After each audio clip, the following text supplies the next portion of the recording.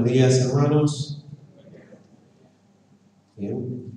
Gracias a los 5 que me respondieron, les doy una nueva oportunidad. Muy buenos días, hermanos.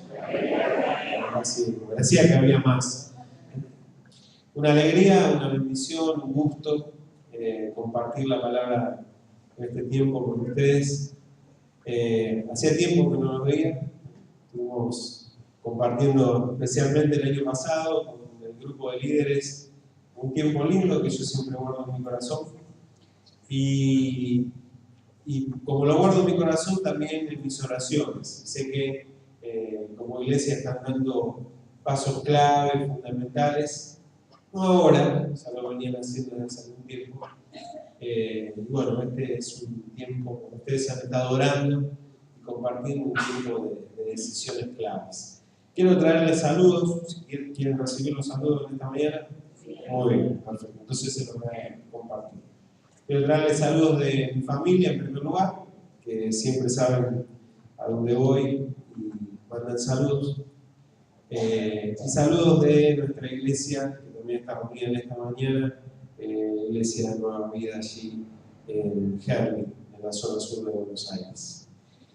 Y me gustaría que compartamos la palabra del Señor en esta mañana. Vamos a buscar allí en 1 de Samuel. Vamos a leer en el capítulo 22 un solo versículo, versículo 1.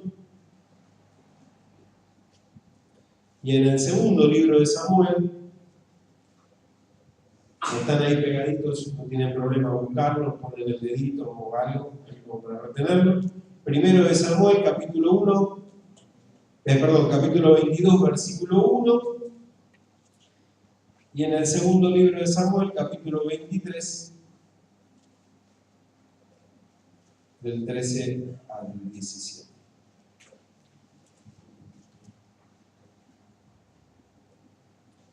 Dice así la palabra del Señor. Primero y segundo. En el primero, 22:1 dice: David se fue de allí y se refugió en la cueva de Adulam. Cuando sus hermanos y toda la casa de su padre lo supieron, descendieron a él allá. Todo el que estaba en apuros, todo el que estaba endeudado y todo el que estaba descontento se unió a él, y él vino a ser jefe sobre ellos. Y había con él unos 400 hombres. Y en 2 Samuel, capítulo 23, versículos del 13 al 17, dice así: en otra ocasión, 3 de los 30 más valientes fueron a la cueva de Adulam, donde estaba David. Era el comienzo de la siega y una tropa filistea acampaba en el valle de Refaim. David se encontraba en su fortaleza y en ese tiempo había una guarnición filistea en Belén. Como David tenía mucha sed, exclamó: ojalá pudiera yo beber del agua del pozo que está en la entrada de Belén. Entonces los 3 valientes se metieron en el campamento filisteo, sacaron agua del pozo de Belén y se la llevaron a David. Pero él no quiso beberla, sino que derramó el agua en honor al Señor y declaró solemnemente: que el Señor me libre de beberla. Eso sería como beberle la sangre a los hombres que se han jugado la vida, y no quiso beberla. Está aquí la palabra del Señor en esta mañana. Como ven, el título que quise ponerle, o entendí ponerle al mensaje en esta mañana, significa viviendo el reino de Dios. Y estas dos imágenes que me parecen claves cada vez que como iglesia nos desafiamos a vivir nuevos tiempos, nuevas etapas, y aún cuando pensamos en el significado de la misión de la iglesia en los tiempos. La misión de la iglesia es extender el reino de Dios. Y la iglesia en sí tiene estas dos características. Siempre debe ser para nosotros un espacio que nos permita ser transformados y cambiar por dentro, y también debe ser un espacio para impactar afuera. Ambas cosas van juntas, ambas cosas van de la mano, y ambas cosas no funcionan por separado. Cuando funcionan por separado hay algo que no están dando del todo bien. Es interesante pensar en algunos correlatos. ¿Por qué tomé esta historia o por qué pienso en esta historia si vamos a hablar de la iglesia? David no tenía ni idea de lo que significaba la iglesia, no había en él ni siquiera una noción de lo que nosotros estamos viviendo en este tiempo. Pero el Antiguo Testamento tiene esta particularidad de que cada una de las cosas, cuando nosotros las analizamos y las vemos a partir de la revelación que nosotros tenemos en el Nuevo Testamento, nos permite entender que allí hay indicadores, hay cuestiones que Dios planeó desde un principio, que Dios mostró desde un principio y que se aplican claramente a la historia que nosotros podemos entender y vivir en estos tiempos. ¿Me van siguiendo hasta ahí? Dígame sí, no, más o menos, levanten la mano, gracias. Hagamos de cuenta que es una clase de escuela dominical, así no me siento tan solo. Muy bien. Entonces, algunas de estas cosas, pensemos un poquito en esto que les decía.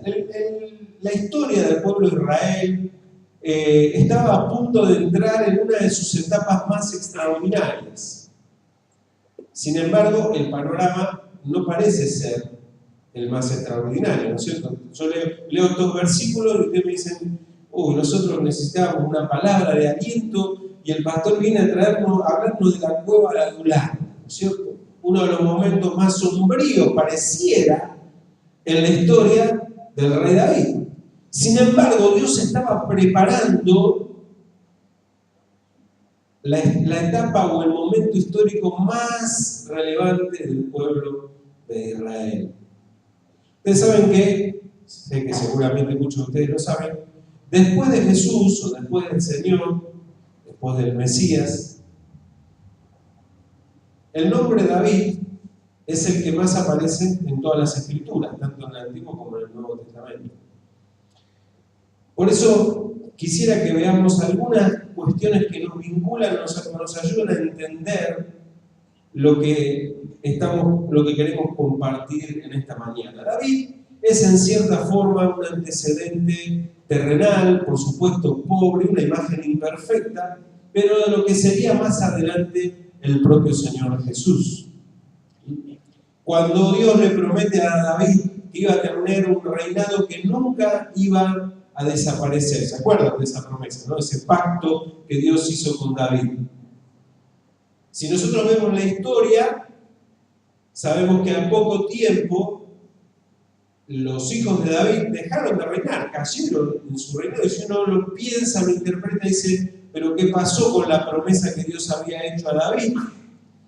Por supuesto que no se refería a un reinado terrenal y un reinado que estaba exclusivamente enmarcado en un territorio, en un lugar y en una persona o en una descendencia de esa persona. Sin embargo, de la herencia o de la descendencia del rey David nace el Señor Jesús y Él sí establece un reinado que es eterno, del cual nosotros formamos parte. Es así, ¿no es cierto? Como iglesia nosotros formamos parte de ese reino o de ese reinado eterno que el Señor Jesús inauguró cuando vino aquí a la tierra y que ha de completarse cuando Él regresa. Ya si se hace aburrido, díganme, tienen libertad de poder retirarse, pero háganme el aguante un poquito, por lo menos hasta que llegue hasta el segundo punto. Entonces, algunas similitudes, si quieren pasarme la próxima placa. Entonces, vemos que hay similitudes o cosas que nos ayudan a entender o ver en la imagen del rey David algunas cuestiones del reinado del Señor Jesús. David logró la máxima expresión del reinado de Israel bajo su justamente reinado. Él estableció que el reino sea próspero y los límites del reino alcanzaron su máxima expresión en su reinado y en el de su hijo después, Salomón. Sin embargo, no dejó de ser un reinado humano. el reinado del Señor Jesús es un reinado eterno y que trae bendición eterna. También, si ustedes recuerdan, cuando nosotros pensamos o hablamos de derribar gigantes, cuando esta historia la conoce todo el mundo, los niños en primer lugar, pero todo el mundo que uno le diga, ¿quién derribó un gigante? Y todo el mundo sabe que David, ¿no es cierto? Y es más, se sabe el nombre del gigante, ¿no? El nombre del gigante es... Gracias, hermano, perfecto, Goliat.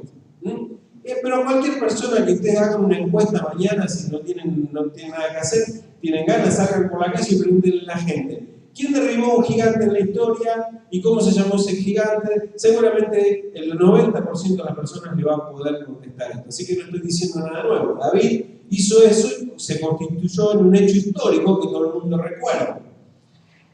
Pero sin embargo, el Señor Jesús derribó al gigante más grande que se opone a la humanidad y al desarrollo de la vida de las personas, que es Satanás mismo, y lo derribó también por la eternidad. A pesar de que busque perturbar la vida de las personas, etcétera, etcétera, Él fue derrotado por el Señor Jesús allí en la cruz. La Biblia está llena de referencias de esto, el Nuevo Testamento habla muchas veces de esto. Hebreos 2:14 dice, debido a que los hijos de Dios son seres humanos, hechos de carne y de sangre, el Hijo también se hizo carne y sangre. Pues solo como ser humano podía morir y solo mediante la muerte podía quebrantar el poder del diablo, que tenía el poder sobre la muerte. Ya no hay poder ni victoria sobre la muerte. Es decir, a ese rey es el que nosotros seguimos y servimos. A ese rey es el que nosotros adoramos y ese rey es con el que nosotros crecemos, nos desarrollamos, nos formamos y nos movemos. El rey más poderoso de toda la historia y que nunca habrá nadie que le supere. Y de su reinado nosotros somos partes. Entonces allí vemos algunas asociaciones. Pero otra más que yo quisiera, cambiando al anterior. Otra más que quisiera que veamos rápidamente. Estos hombres que estaban allí en la cueva, guerreros, o que se transformaron en guerreros, podemos encontrar en ellos una similitud. Por ejemplo, si pensamos en David y en el Señor Jesús, podemos encontrar una similitud con los discípulos y también una similitud con nuestras propias vidas. ¿Quiénes eran? En primer lugar, era un ejército formado por Dios. ¿Por qué por Dios? Porque ellos fueron todos a ese lugar casi desconociendo, casi sin saber lo que tenían por delante. Algunos porque estaban huyendo también de Saúl, otros porque tenían estas características que dice allí. Estaban afligidos, endeudados, amargados, etcétera, etcétera, etcétera. Yo no sé si ustedes recuerdan, quizás algunos tengan la bendición de venir de familias creyentes, pero yo cuando llegué al Señor, llegué con esta condición, o con esta característica. Era un joven que estaba totalmente afligido, amargado, y que no tenía absolutamente ninguna expectativa de nada en lo que tenía por delante, a pesar de la juventud y la edad que tenía. Y quiero decirles, esta es la condición que mejor describe a las personas en la sociedad en este tiempo. Personas que están amargadas, personas que están afligidas, personas que están endeudadas, personas que no tienen esperanza ni expectativas de vida. ¿Conocen a alguien así? Está lleno, alrededor. Anda a la cola del banco, en el colectivo, en cualquier lugar. Cuando empezás a hablar con una persona, la primera palabra es una palabra de aflicción, de queja, de amargura, de tristeza, de desesperanza. Y si empezás a burguetear un poquito más, te encontrás que están endeudados, que no tienen esperanza ni expectativa de vida, y etcétera, etcétera, etcétera. Ahora, estos hombres, estas personas, paradójicamente, fueron atraídas a David. Cuando el Señor Jesús desarrolló su ministerio, ¿quiénes le seguían?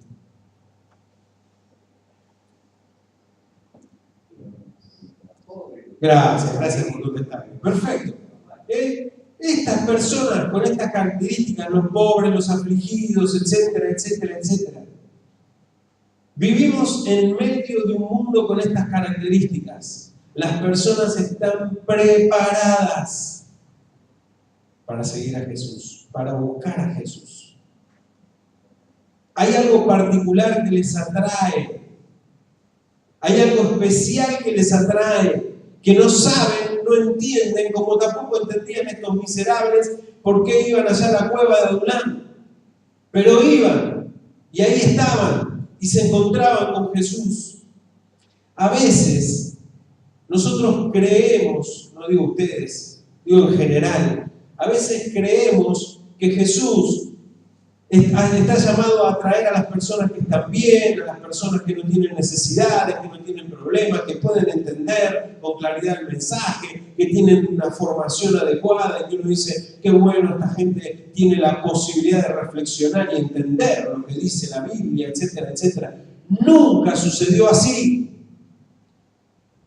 Siempre fue al revés.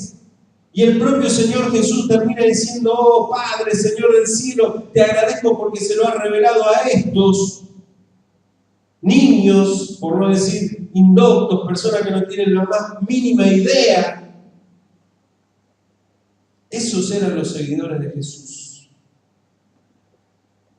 Les comparto, me dejan compartir una pequeña confidencia. No la cuenten a nadie. Hace 2 años nosotros, cuando les dije de nuestra iglesia, nos constituimos hace 15 días como iglesia, pero hace 2 años comenzamos una obra totalmente de cero, junto con mi esposa, después de haber pastoreado muchos años en una iglesia. El Señor nos llamó a empezar una obra de cero. Y alquilamos un localcito allí en la localidad de Herli, que es una localidad donde no hay iglesia bautista, 65.000 habitantes. Y abrimos la puerta. Como era una especie de localcito, no una especie, un local comercial, muy angostito, muy chiquito, en aquel entonces, la gente empezaba a venir a preguntar, ¿qué van a poner? ¿Una fiambrería, una panadería? ¿Qué van a poner? Todos venían a preguntar. Entonces, como venían a preguntar, nos daba la ocasión, nosotros decíamos, no, y ahí decían, ¿quiere dejar un motivo de oración? Y a los 2 meses teníamos 80 tarjetas de contacto de personas que solamente venían a dejar sus motivos de oración. Si no me creen a mí, después le doy WhatsApp de mi señora, que pregúntenle a ella, que es más creíble que yo. Pero así sucedió. Las personas tienen tremendas necesidades. Claro, al principio, a mí me costó mucho. Le dije que es una infidencia, ¿no es cierto? Estaba acostumbrado a venir a una iglesia como esta, subir un púlpito, predicar, que todo el mundo me escuchara y que prestaran atención así en silencio, como hacen ustedes. Las primeras reuniones que nosotros hacíamos allá, los grupos, era un descontrol total, era un desastre. Nadie entendía nada de lo que significaba la formalidad de venir, sentarse, de escuchar al predicador. Todos hablaban, todos querían compartir. Aparte venían los peores, ¿no es cierto? Borracho, que venía borracho y no lo podía rajar porque no tenía ni siquiera un día con lo que me dieron una mano para echarlo. Entonces venía el borracho, venía todo, venía. Yo un día le dije, Señor, mándanos uno que esté más o menos armadito, preparadito. Créanme, en serio, si Dios lo sabe. ¿Saben lo que fue? El Señor me llevó al Evangelio y me mostró claramente el versículo diciendo ¿a quiénes vino Él? A los enfermos, a los necesitados, a ellos. Y entonces ya no le dije más nada, y el Señor manda lo que quiera. Hoy tenemos, por ejemplo, una hermosa congregación funcionando, nos tuvimos que cambiar de lugar, etcétera, etcétera. Claro, por supuesto, un lugar más grande. Y uno de los grupos que funciona es un grupo de adicciones. Hay 13 personas ahí participando que están todos peleando con el tema de las bendiciones. Cuando llegaron la primera vez, no había ni forma de explicarle el Evangelio, pero el Espíritu Santo y la presencia del Señor se va ocupando de esas cosas. Porque la iglesia sigue siendo el lugar de restauración de la vida de las personas. Sigue siendo el mejor lugar que Dios diseñó para que las vidas de las personas sean sanadas, restauradas. Yo sé que eso está en su corazón, yo sé que ustedes lo hacen, yo sé que ustedes lo buscan, yo sé que ustedes lo practican. Por eso, en esta mañana, déjenme animarles a no dejar nunca eso. Y en todo caso, intensificarlo. Fíjense, interesante, ¿no? Porque hay como una especie de progresión de estos supuestos guerreros. Los primeros que aparecieron, dice en el texto que leíamos, dice, los primeros que se acercaron a David, ¿quién fue? Bueno, no sé para nada. Después busquenlo tranquilo, pero dice, su familia. Su familia. Me llamó la atención, ¿saben por qué? Porque la verdad que la familia de David lo había menospreciado bastante. Lo había desechado bastante, no lo había tenido en cuenta para nada. En varias ocasiones, cuando fue a ungirlo Samuel, cuando después fue a la batalla, allí al campo de batalla, todo lo menospreciaba. Era el último orejón del tarro, como se diría antiguamente. Sin embargo, en esta ocasión, su familia se acerca también a él y se suma a él. Yo no sé cuántos de ustedes están todavía luchando por su familia, quizás, que a lo mejor no están en el Señor.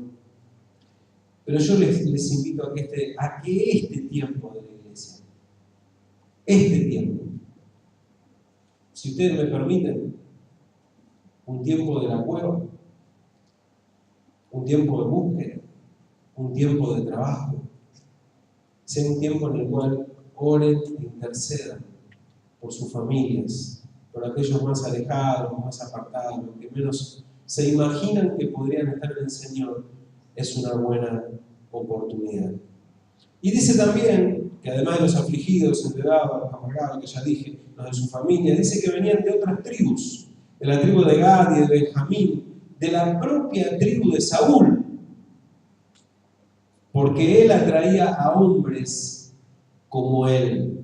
David atraía a personas como él, que tenían un mismo sueño, que tenían el mismo don de parte de Dios, que tenían la misma expectativa de parte de Dios. Cuando una iglesia tiene un sueño de alcanzar la vida de las personas que sufren, esa iglesia se vuelve atractiva. No solamente se vuelve atractiva para los familiares, vuelvo a decir, para las personas afligidas, sino para todos aquellos. ¿Saben la cantidad de creyentes que hay que no se congregan en ningún lado? Alguien dijo hace poco que 2 millones, yo no sé de dónde sacó esa estadística, pero lo voy a creer, 2 millones de personas que conocieron al Señor, que profesaron alguna vez haberle aceptado, pero que no se congregan en ningún lugar. ¿Dónde van esas personas? Muchos de ellos probablemente estén desanimados, desahuciados, a lo mejor tuvieron una mala experiencia eclesiástica, lo que fuera. Pertenecen a otras tribus o pertenecían a otras tribus, pero son atraídas cuando encuentran que hay un propósito. Yo estoy convencido que Dios, a aquellos que alguna vez le aceptaron, les habla todos los días. Vieron como el pajarito, todos los días el Espíritu Santo va y dice: ¿qué estás haciendo acá? Estás perdiendo tu tiempo, andá a buscar, congregate en algún lugar, ¿no es cierto? ¿Alguno estuvo apartado? No levante su mano. ¿Alguna vez estuvo apartado? ¿Sabe de lo que le estoy diciendo? Ahora, el Señor también sabe dónde mandarnos. No los va a mandar a un lugar donde van a terminar en el horno, o lo van a terminar de liquidar. Dios lo va a mandar a un lugar donde haya personas que tengan el mismo corazón, el mismo sentir de Dios, la misma pasión, el mismo deseo. Allí es donde Dios les va a enviar. Y ustedes, hermosa iglesia,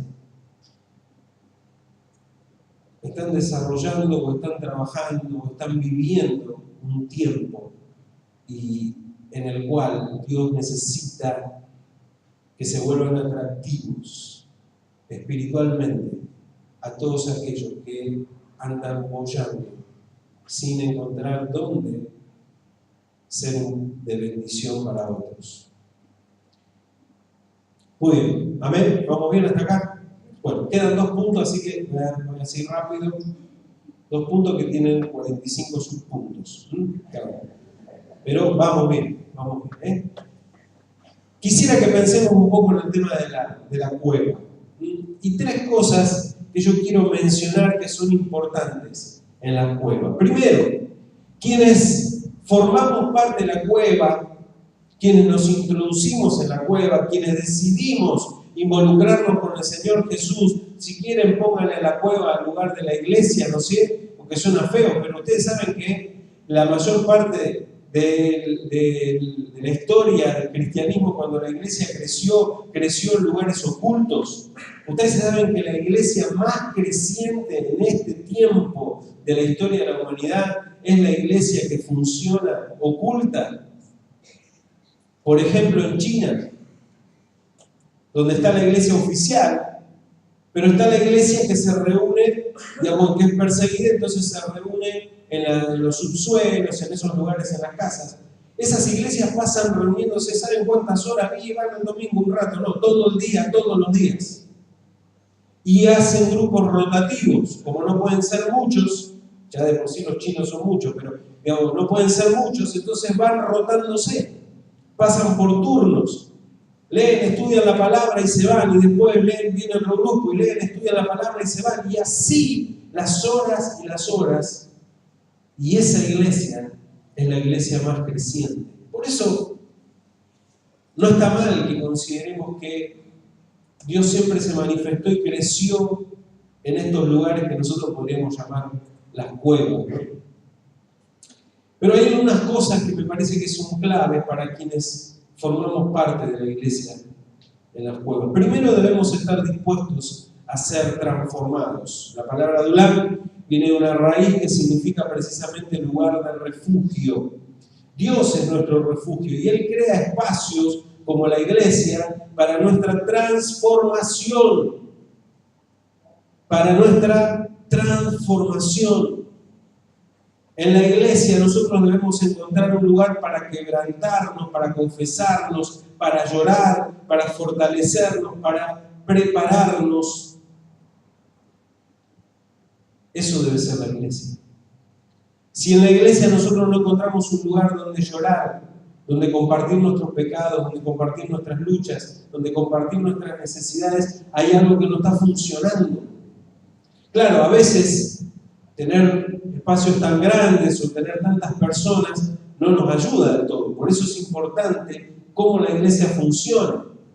Si los jóvenes tienen su espacio, las mujeres tienen su espacio, si hay grupos de vida o cómo se armen o cómo funcionan las reuniones de oración, pero tiene que haber espacios para que las personas compartan sus necesidades. Porque las personas que vienen, que son las que menos tienen problemas para compartir sus necesidades, ¿vieron? Cuando viene una persona nueva a la iglesia, no tiene ningún problema en compartir que se separó, que tiene problemas de violencia, que un montón de cosas. No sé si es verdad lo que estoy diciendo. Pero claro, es muy difícil a veces. Si hoy viniera una persona nueva y viniera acá, ¿en qué momento tendría la posibilidad de levantar la mano y decir, yo estoy pasando por esta necesidad, por este problema, etcétera, etcétera? Por eso la iglesia debe ser una generadora constante de espacios donde las personas puedan abrir su corazón, puedan quebrantarse, puedan llorar, puedan decir por qué están abatidas, amargadas, etcétera, etcétera. Pero también tiene que ser un espacio para nosotros. Porque los hijos de Dios también necesitamos ser transformados, ¿no es cierto? Salvo que creamos que ya hemos llegado a la estatura de la plenitud de Cristo entonces necesitamos ser transformados. Hay una cosa que me mata, pero me pasa a mí, no digo que les tenga que pasar a ustedes, pero me mata cada vez que el Señor me confronta con una cosa nueva. Cuando yo ya creí que había logrado alcanzar determinadas cosas y ahí el Señor me dice, pero esto, y esto que pasa con tu carácter, y esto que pasa con tu familia, y esto que pasa cuando orás, y esto, y esto, y esto. Dios revela mis miserias, no para hacerme sentir miserable, sino para hacerme crecer. Y es lo que el Espíritu Santo hace, permanentemente va transformando nuestras vidas. Y la iglesia es un espacio para que las personas abran su corazón. Nunca nos transformemos en una iglesia tan legalista o tan farisaica o farisea que no permita que las personas compartan abiertamente sus problemas y sus necesidades. Porque entonces dejamos de ser ese espacio de transformación y nos convertimos en un espacio de juicio, en un espacio de adoctrinamiento, pero no en un espacio de sanidad, de restauración. Y entonces, naturalmente, las personas dejarán de venir. Y aún los que estamos, nos vamos a alejar. Porque la iglesia nunca debe dejar de ser esa cueva, ese lugar de refugio, ese lugar de transformación. Y todos necesitamos sentir esa libertad espiritual, de poder abrir nuestro corazón y poder decir, la verdad, soy una persona que fallo, que me equivoco, pero necesito ser transformado. Y confío que al compartirlo voy a ser ayudado a salir adelante. Charles Spurgeon, que ustedes habrán escuchado nombrar muchas veces, uno de los predicadores más reconocidos en la historia, decía lo siguiente: la iglesia necesita ser edificada con hombres que hayan sido abatidos, hombres barra mujeres que hayan sido abatidos. A menos que conozcamos en nuestros corazones nuestra necesidad de un Salvador, nunca seremos lo suficientemente dignos de predicarlo a Él. Si nosotros no nos reconocemos en primer lugar lo que somos y que necesitamos ser transformados, es muy difícil que prediquemos a un Salvador que transforma, que cambia, que redime, porque eso es una experiencia cotidiana, todos los días, todos los días. Dios no terminó la obra con nosotros. Dios no terminó la obra con nosotros.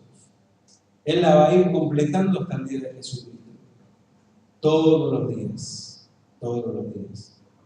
Si querés darle un abrazo al que tenés al lado, casi con misericordia, casi con compasión, y decirle la verdad que Dios no terminó la obra con vos, querido.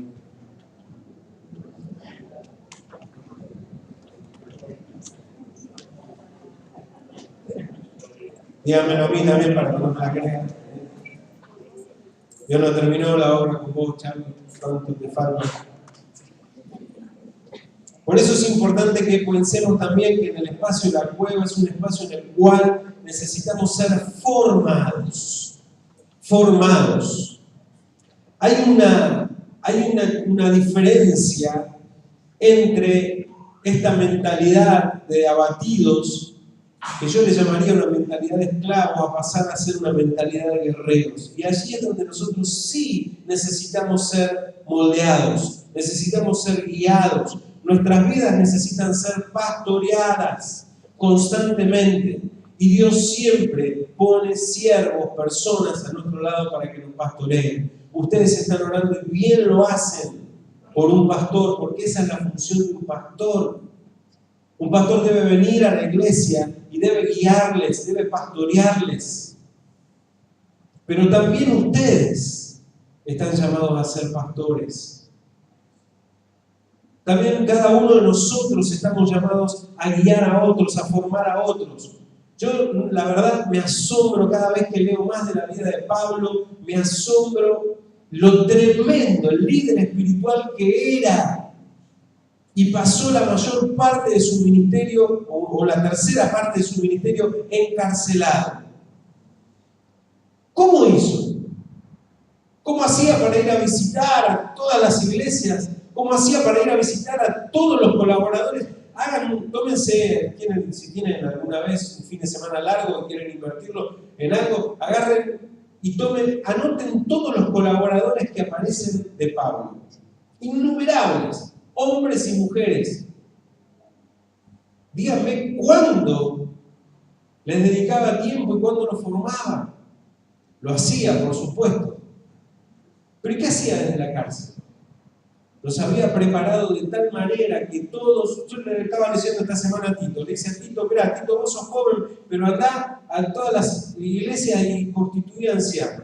Lo mandó como si le fuera a decir, andá a comprar fiambre a la esquina, una cosa más o menos, ¿no es cierto? Semejante responsabilidad. Pero Pablo sabía que un pastor tiene la función de formar a otros para que otros pastoreen. Y esto es algo que todos necesitamos aprender constantemente, los pastores y los que somos pastoreados para pastorear a otros.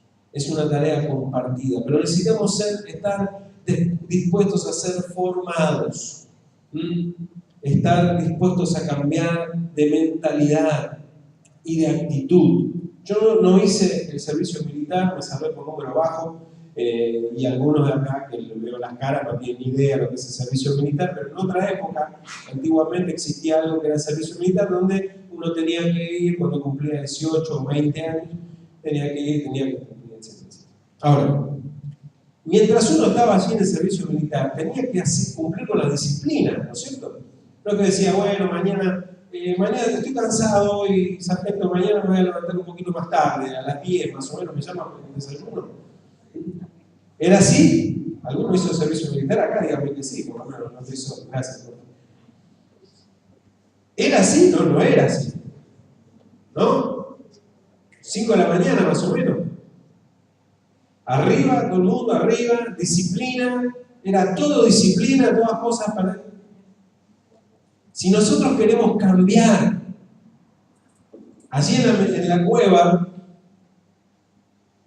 todos eran disciplinados, todos se iban formando, y en la iglesia también.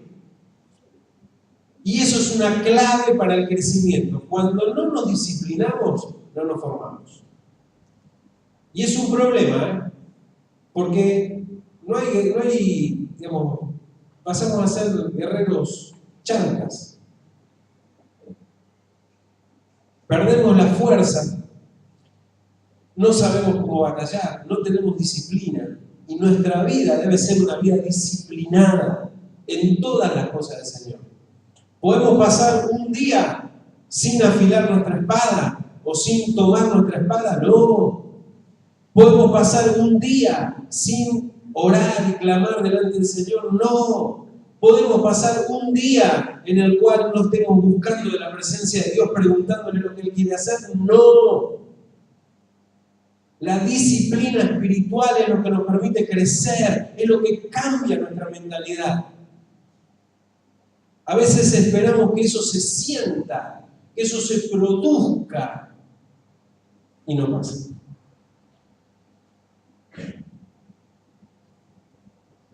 Se siente después de que uno se disciplina, pero no es al revés. Un soldado indisciplinado nunca siente de defender a la patria, ni mucho menos. Pasa al revés. Comienza por la disciplina espiritual. Y estos hombres entendieron que durante este tiempo tenían que ser disciplinados. Un detalle más. Permítanme leer otra porción de 2 Samuel 21, 16, 22. Dice así. Isbi-Benob era un descendiente de los gigantes. La punta de bronce de su lanza, présteme atención en esto, pesaba más de 3 kilos, la punta de bronce de su lanza, y estaba armado con una espada nueva. Había acorralado a David y estaba a punto de matarlo. Pero Abisai, hijo de Sarbia, llegó al rescate de David y mató al filisteo. Entonces los hombres de David declararon: no volverás a salir con nosotros a la batalla, porque ¿por qué arriesgarnos a que se apague la luz de Israel? Después hubo otra batalla con los filisteos en Gob. Mientras peleaban, Sibecai de Usa mató a Saf, otro descendiente de los gigantes. Durante otra batalla en Gob, Elaham, hijo de Jair, ¿lo conocen a Jair? Yo tampoco. De Belén, mató al hermano de Goliat, de Gat. ¿Al hermano de quién? Al hermano de Goliat, de Gat. Puede ser que sea el Goliat o no, pero es el hermano de Goliat. El asta de su lanza era tan gruesa como la de un rodillo de telar. En otra batalla contra los filisteos en Gat se enfrentaron con un hombre enorme que tenía 6 dedos en cada mano y 6 dedos en cada pie, 24 dedos en total, que era también descendiente de los gigantes. Pero cuando desafió a los israelitas y se mofó de ellos, lo mató Jonatán, hijo de Simea, hermano de David. Estos 4 filisteos eran descendientes de los gigantes de Gat, pero David y sus guerreros lo mataron. ¿David fue el único que mató un gigante? No. Todos sus guerreros aprendieron a matar gigantes. ¿De quién lo aprendieron? De David. De David.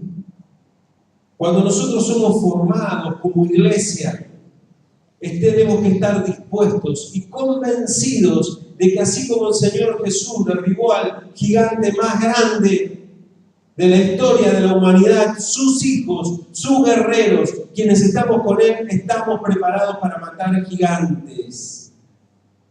Cualesquiera que sean esos gigantes. Si hay temores, si hay luchas, si hay cuestiones, si hay problemas en la sociedad, estamos preparados para matar gigantes. El Señor nos enseñó y el Señor nos enseña. Él está con nosotros, Él nos acompaña, Él nos muestra, Él nos dice. El enemigo mayor, el gigante mayor, ya fue vencido. Pero tenemos que vencer a los gigantes que nos aterrorizan a nosotros, los que nos limitan todos los días, los que nos hacen pensar que cuando como iglesia vamos a dar o tomar grandes desafíos, pero puede pasar esto, pero puede pasar lo otro, pero puede pasar lo otro, y entonces ahí aparece todos los días ese gigante que ya no tiene poder, pero que sale a bastardear a la iglesia del Señor, o sale a bastardear nuestras vidas, y decirnos, pero ustedes no, que pueden, no pueden, no saben, no tienen. Pero los hijos de Dios, la iglesia del Señor, que ya sabe que las puertas del Hades no prevalecerá sobre ella, las puertas del Hades no prevalecerán sobre ella. Tenemos autoridad para vencer cualquiera que sean los gigantes que se nos enfrenten. En nuestro territorio interno necesitamos, entonces, dejarnos formar y vencer nuestros gigantes. Cuando eso sucede, cambia totalmente nuestra mentalidad. ¿Lo creen? Bueno, no importa si lo creen, da igual. Pero estoy convencido de la palabra que les estoy compartiendo en esta mañana. Porque eso marca un cambio de actitud en la vida de la iglesia. Marca un cambio de mentalidad en la vida de la iglesia. Él mencionaba, pero la iglesia es mentalidad. Sí, la iglesia es mentalidad. Porque tal como yo lo pienso, así actúo. Tal como nosotros nos concebimos o nos pensamos, así actuamos. Y si creemos en una iglesia poderosa, seguidora del Rey, de Jesucristo, que está siendo formada, transformada, estamos en condiciones de vencer nuestros gigantes, que solamente están puestos ahí para aterrorizarnos, para amedrentarnos, pero que no tienen poder y autoridad sobre la iglesia y sobre ninguna de nuestras vidas. Termino, porque así como hablábamos del territorio adentro, de la cueva, si quieren, quiero que veamos un poquito el territorio de afuera. Versículo 15 del pasaje que leíamos al principio, muestra algo que me encanta. ¿Cuál es la actitud que nosotros tenemos que tener como hijos de Dios para conquistar el territorio, para impactar en el territorio que Dios nos puso? Esta ciudad, este barrio, esta ciudad, y hasta donde Dios muestre que esta iglesia tiene que llegar. La primera es buscar agradar el corazón del Rey, buscar agradar el corazón de Jesús. Hay una pequeña diferencia, o no tan pequeña, que a mí me gusta puntualizarla en esto. Una cosa es desobedecer. Está claro, desobedecer es cuando Dios nos dice, quiero que hagan esto, y nosotros decimos, no podemos, no tenemos ganas. Eso es desobedecer, eso está claro. Otra cosa es obedecer. Y uno diga, bueno, la verdad que no estoy seguro, no tengo ganas, no sé, pero voy a obedecer. Ya en eso hay bendición, dice la Biblia, ¿no es cierto?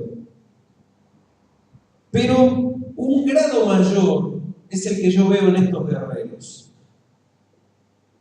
que es buscar agradar el corazón del Rey. Una cosa es obedecer y otra cosa es buscar agradar el corazón del Rey. Esto, a ver, los esposos lo sabemos muy bien, ¿no? Una cosa es obedecer cuando tu señora te dice, están los platos para lavar, ¿por qué no lavar los platos por lo menos una vez a la semana, querido? A nadie le pasó acá, menos mal. Perfecto, 7 días a la semana. Bueno, veo que ya lograron pasar a la nueva etapa, digamos. Una cosa es obedecer y otra cosa es agradar. El que agrada, el que busca agradar, se anticipa. Entonces, vos te ponés a lavar los platos y tu señor te mira y dice, ¿qué pasó? La sé, te da resultado. ¿Qué pasa? Cambia totalmente. Te dice, pero mirate el partido de fútbol después, querido. O sea, después cambia todo. Una cosa es obedecer y otra cosa es buscar agradar el corazón. Fíjense qué interesante lo que hacen estos guerreros. Estaba allí David a las puertas de la entrada de Belén. No sé si les suena la ciudad. Belén. Casa de pan, pero además es la ciudad en que iban a ser el Mesías. Bueno, tantas otras cosas que podríamos hablar, que no viene al caso. Pero David estaba ahí a las puertas de la ciudad de Belén y deseaba en su corazón, dice, ¿cómo quisiera tomar agua de esa ciudad? Era una manera de expresar el anhelo, de decir, ¿cómo quisiera que yo pudiera tomar posesión de alguna manera de esa ciudad? ¿Y qué hicieron los guerreros? Fueron, se metieron y le trajeron agua. Yo me imagino al Señor diciendo, ¿cómo quisiera que toda esta ciudad de Ituzaingó pudiera escuchar a través de mi iglesia el mensaje de salvación? ¿Cómo quisiera que la gente que se está muriendo en necesidad, sin conocerme o sin interpretar lo que significa, pudiera escuchar? Y entonces, ya no se trata de obedecer, ya no se trata de ir y hacer una actividad porque hago una actividad evangelística o porque hago una actividad, sino que todos los días de mi vida me levanto y digo, Señor, yo quiero agradarte. Yo quiero, de aunque sea una persona que pueda conocer lo que hay en tu corazón y poder expresárselo. El Señor Jesús hacía eso.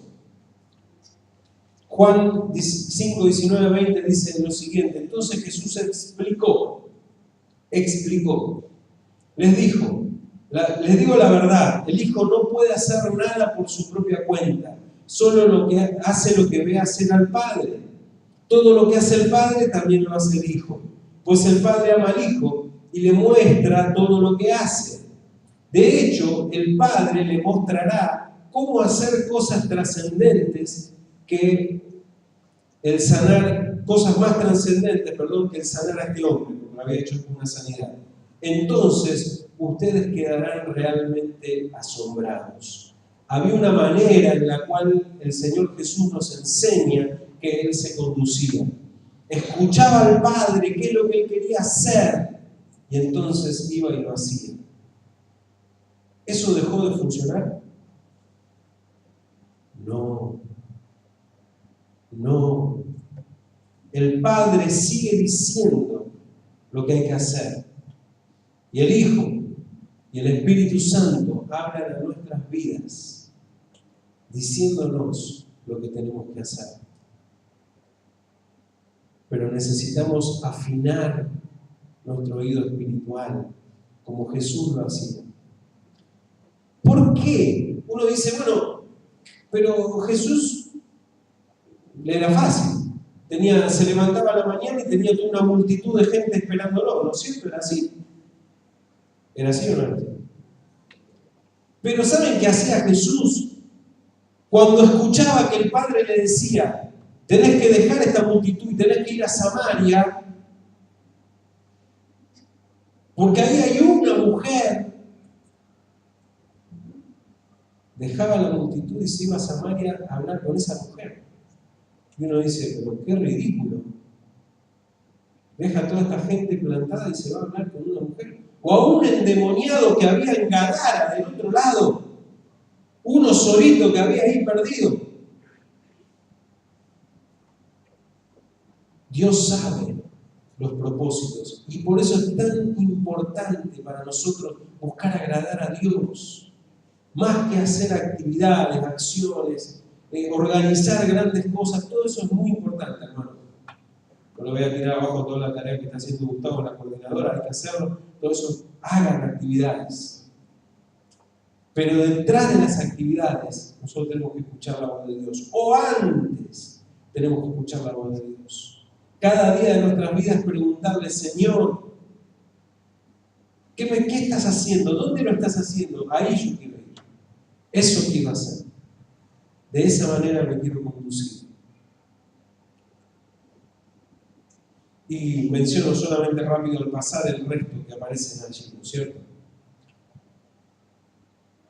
Estos hombres, para conquistar el territorio de afuera, estuvieron dispuestos a irrumpir en el territorio enemigo, en los lugares incómodos. En los lugares incómodos. Los lugares en los cuales no tenemos el control, en los cuales no tenemos las herramientas, en los cuales no tenemos las cosas en las cuales nos sentimos seguros. Es lo que Jesús hacía. A veces nos manejamos en nuestros lugares de comodidad y seguridad, y no está mal que lo hagamos, pero generalmente las personas que Dios quiere que alcancemos están en los lugares incómodos. En los lugares donde no tenemos todas las herramientas, donde no tenemos todos los recursos, donde no tenemos el cañón, donde no tenemos, etcétera, etcétera, etcétera. En el territorio del propio enemigo, allí donde él todavía se enseñorea. Hay un hermano de la iglesia que Dios lo llamó, tiene un ministerio extraordinario, él se va, todos los días se va y se mete en 5 de las villas que tenemos alrededor, y va y se mete y come con los chicos y está ahí con los chicos, con los grandes, ¿no? Con los jóvenes. Irrumpir en el territorio enemigo. Que sabe discernir los frutos anticipados. El agua de Belén era un símbolo. Era un símbolo de que algún día David iba a ser rey sobre Belén y sobre todo el territorio de Israel. Era un símbolo, pero el agua era un fruto anticipado. Como se acuerdan, cuando el pueblo entró a la tierra, antes de entrar a la tierra prometida, mandó a los espías, ¿se acuerdan? Volvieron con frutos grandes, uvas, racimos, todo impresionante, eran frutos anticipados. Cuando nosotros vemos frutos anticipados, son una muestra de lo que Dios quiere hacer, es como una confirmación de decir, miren, en esta dirección yo les voy dando algo, una muestra gratis de lo que ustedes van a ver. Yo estoy seguro que la iglesia está viendo frutos anticipados. de muchas cosas, de lo que Dios quiere hacer con ustedes. Es importante poder reconocerlos. Y termino con esto. También en 1 Crónicas, capítulo 12, versículo 8, dice: también los de Gad se pasaron a David en la fortaleza en el desierto, hombres fuertes y valientes, entrenados para la guerra, diestros con el escudo y la lanza, cuyos rostros eran como rostros de leones, y eran tan ligeros como las garceras sobre los montes. Rostros de leones. Bueno, al hermano que abrazaste antes, que le dijiste que era un pobre, un miserable, un angustiado, abrazarlo ahora, dale esa chance y decirle: tenés un rostro de león. Tenés un rostro de león.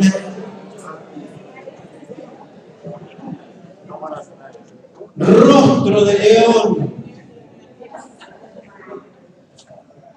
¿Por qué los hijos de Dios tenemos rostro de león?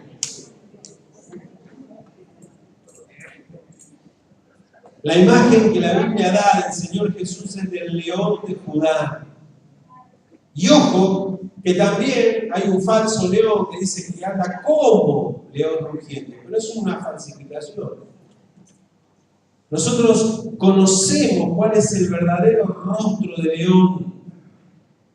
Y el león ruge sobre la presa, dice otra parte de la palabra del Señor, ¿no es cierto? El león ruge sobre la presa. Imagínate el león puesto sobre la presa y antes de manducársela pega un rugido, yo creo que se muere el infarto. Ahí la presa y listo, y después se la come tranquila, no sé si funciona así, pero un león se para sobre la presa y ruge sobre la presa. Nosotros somos leones. No nos veamos nunca como gatitos. Aunque tengamos todas las debilidades que dijimos antes, pero ¿saben dónde las compartimos? Delante del Señor. Acá en la casa del Señor. Acá venimos, nos sanamos, nos restauramos, pero cuando salimos afuera, tenemos cara de león. Somos leones. La gente nos ve así, aunque nosotros no nos demos cuenta. El león anda por la selva y no anda mirando, a ver quién viene, quién no viene. Vieron como otros animales que andan por la selva más tiempo escapándose que otra cosa. El león camina seguro en su territorio porque sabe que tiene el manejo.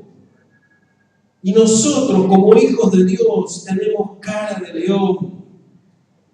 Tenemos el rostro del Señor Jesús que se refleja en nuestras vidas. La gente lo sabe. La gente lo ve. Por eso vienen a tu vida y te dicen, y te cuentan sus cosas, te cuentan sus problemas, te cuentan su historia. A veces decir, ¿por qué me lo contan a mí? Porque ve el rostro de Jesús en tu vida y en mi vida. No saben, no se dan cuenta porque no tienen discernimiento espiritual, pero son atraídos como eran atraídos aquellos a la cueva donde estaba David, como eran atraídos a David. Así las personas son atraídas a Jesús, y Jesús está en tu vida y está en mi vida, por eso son atraídas a nosotros.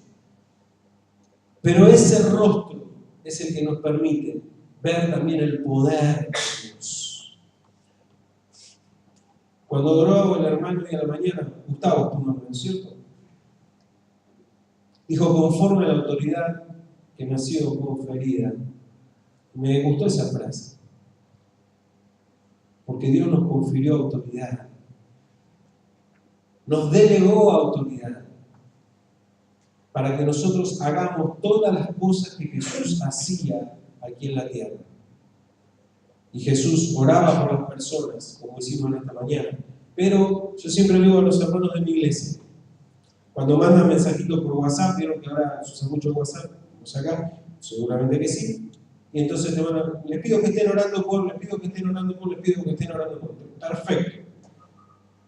Como a veces no doy abasto en todo lo que me mandan para orar, sigo con espera un segundo, oro y le contesto. Pero nosotros tenemos que orar por las personas, pero tenemos que orar con las personas.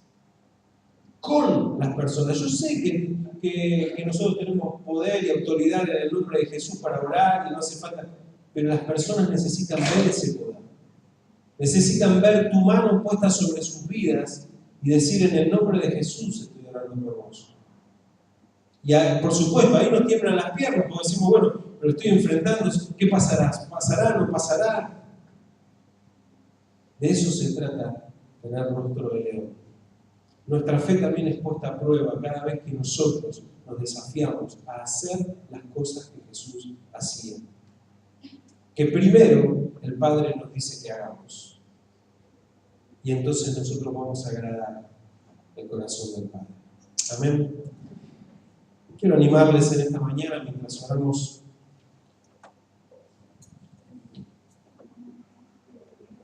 En que podamos repasar en nuestro corazón un llamado al Señor. Chao.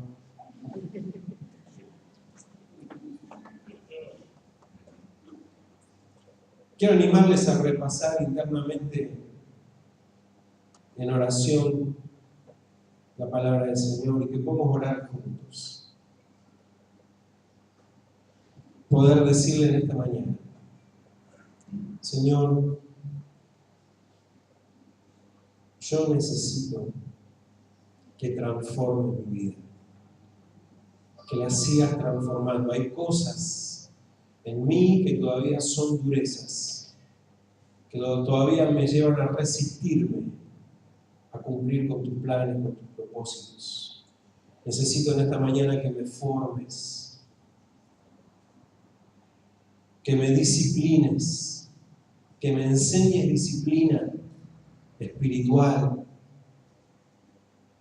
para poder crecer y transformarme en un guerrero. Necesito en esta mañana, Señor, entregarte todos esos gigantes de temores, de ansiedad, de preocupaciones que se paran delante de mí sistemáticamente para detener todo lo que quieres hacer con mi vida. Te los entrego en esta mañana y te pido que me ayudes a enfrentarlos.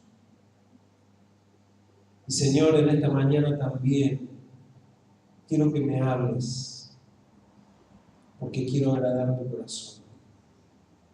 Yo no quiero ser desobediente. Y no solo quiero ser obediente, quiero también, Señor, agradar tu corazón. Escuchar qué es lo que estás diciendo, qué es lo que anhelás, porque yo quiero cumplirlo. Yo quiero ser un siervo tuyo, quiero ser un hijo tuyo, que cumpla los deseos de tu corazón, como David, que tenía un corazón conforme al tuyo. Señor, en esta mañana quiero rogarte que me ayudes a entrar a los territorios incómodos, territorio del enemigo, aquellos lugares que no me gustan, en los que no tengo todos los recursos, pero en los cuales tú estás presente y tú quieres obrar. En esta mañana, Señor, quiero valorar los frutos anticipados que ya me has dado, que ya nos has dado como iglesia. Y Señor, queremos reflejar ese rostro de león,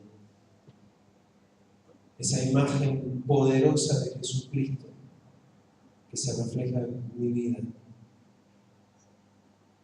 en la vida de tu iglesia, de cada uno de nosotros que formamos tu iglesia. Gracias, Señor, por tu palabra. Te ruego que la bendigas, que se cumpla en cada una de nuestras vidas. En el nombre de Jesús. Amén.